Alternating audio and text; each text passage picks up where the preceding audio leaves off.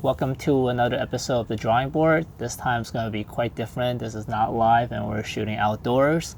And the reason for that is because today I'm going to be showing a technique that requires a little bit of chemicals, and I want to make sure it's well ventilated.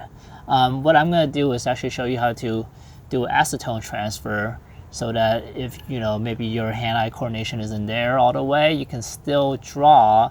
You can still at least transfer an image, and then you can paint over it or color over it with watercolor or color pencil. So what you will need today is tracing paper. It comes in either rolls or sheets. I just ripped off like 2 pieces. You need like a rag, an image that you want to use. You could either print out an image or take something from a magazine or something. And of course you need acetone.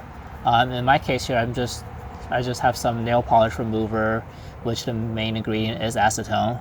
You want to do this outdoors, ventilated. It does kind of smell, so you want to make sure you're in a place where there's good ventilation. And do this at your own risk. Obviously, I don't want you to do too much of it and get sick from the chemical or anything like that. I'm gonna get started. The picture today that I'm gonna be working with is an old sketch that I want to transfer. Now I should note that the image will get flipped, so if you have something like text or something that will look awkward when it's backwards, you will need to do a few extra steps. Namely, you could either flip the image in Photoshop before printing it out, or you could trace it twice, and I'll show you how that works. So I'm going to cut away for a second to show you how to flip the image beforehand if you want to do that, so that your picture does not come out backwards. So what you're going to do is go to Photoshop. You're going to open the image that you want to use, in which case it is this one here. And it's pretty straightforward. You go to image rotation, and you're going to go flip canvas horizontal. And there you have the image flipped. And I'm also going to show you how to do this in Microsoft Paint, which is a free software if you have nothing else to work with.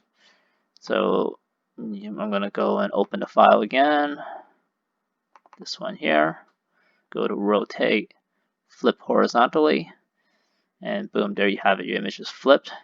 And now you could go back and print it and trace it. Okay, now back to the acetone transfer. Okay, so I'm going to trace over this. I'm going to trace over this image.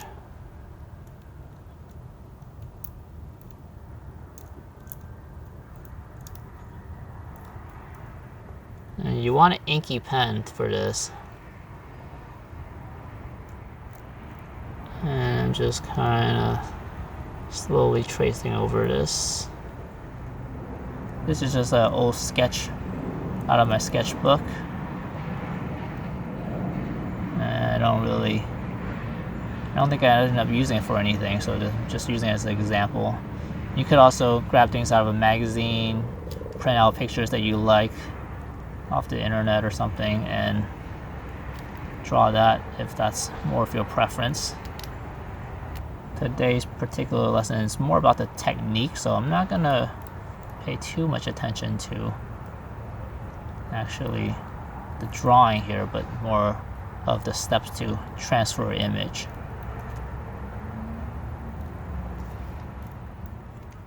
I'm gonna do a little bit of cross hatching here.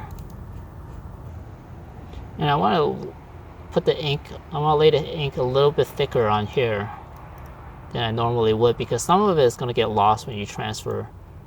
So it's okay to have a little bit darker. Okay, so now we have the image. The image is going to get flipped around. If you don't want to flip around, what you want to do is take this image, flip it upside down, and then layer another one on top, and then retrace it.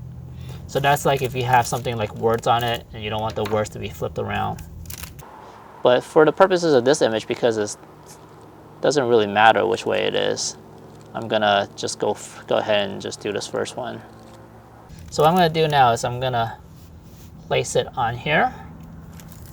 And you want to be very careful not to move it too much once you place it down. In fact, let me get my my acetone ready first. So I'm gonna pour a little bit of acetone. Well, actually, I'm gonna pour the rest of the acetone here. Okay. Now I'm gonna flip this image over. And you want to be very careful not to move it around too much because it might smudge. Now this, what I'm using is tracing paper, so it's kind of transparent. But if you were using white printer paper and an image that you printed out, you'll notice that the parts that transfer through are way more transparent. I'm just basically gonna blotch this and let's see how it looks. So there you have it. You have the image, and you know, I laid it on a little thick, but you know, you could go back and you can draw on it a little bit more, or you could take some colors, some watercolor or a color pencil, and kind of paint over it. So there you have it. If you have trouble drawing something exactly as you see it, you can use some tracing paper, trace over it, and then use some acetone to transfer it onto drawing paper, watercolor paper, canvas, what have you. And then you can continue to use that as a template to paint over it and color and do whatever else you want to add. Hopefully you'll find this technique useful. Again, I would do this outdoors because the smell from this is really strong.